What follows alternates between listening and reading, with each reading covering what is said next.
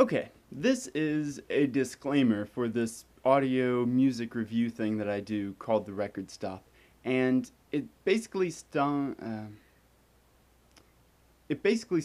with a question or a comment that I got from a viewer of my OK Computer review.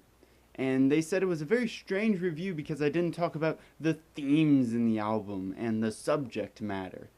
And there are two kind of really distinct reasons that I do this. And the first one starts with the generation that I've kind of grown up in. It's really come to a point musically where a lot of stuff is postmodern, and by that I mean it really doesn't have a meaning other than the meaning that you put into it. So if I listen to something like Radiohead or Lady Gaga or some other pop person, if I think I've come up with something and then I ask them what it is, we'll both come up with like two really different things. I want to use Muse's newest like rock opera that they did or whatever that didn't really chart well. It was about resistance or revolution, and it could have been like a post-apocalyptic people talking about revolting against the government, or it could have been Muse trying to talk about the indie movement against the record movement. It could have been something like along that resistance. So there's really two different meanings to everything nowadays.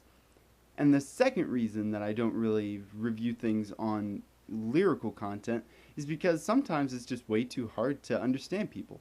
Tom York, I mean, he gurgles all of his lyrics. It's super hard to understand those. And you could say, well, just look at the lyrics. Well, especially in like hardcore music nowadays, the font on some of these lyrics is like 0.15. It's so small. I mean, the only way to really read lyrics nowadays is to buy a vinyl, and that even limits your music prowess even more. And most of the time, people that release vinyls talk pretty clearly, and you can understand them pretty clearly. So those are the two main reasons why I don't really look at lyrics and go, here's the meaning of the album. And also because the singles market has like really evolved, and the reason that is because a lot of people are drawn to things musically now. They don't really listen to the lyrics except for in the chorus where they sing along themselves. They hear like a riff or a blip and they go, ooh, that's cool, I'm gonna buy that single.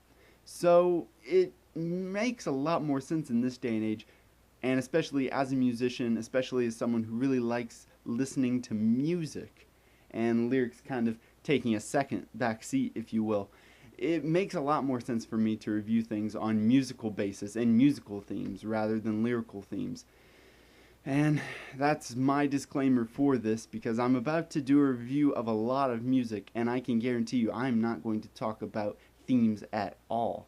And that's because a lot of them are really incomprehensible.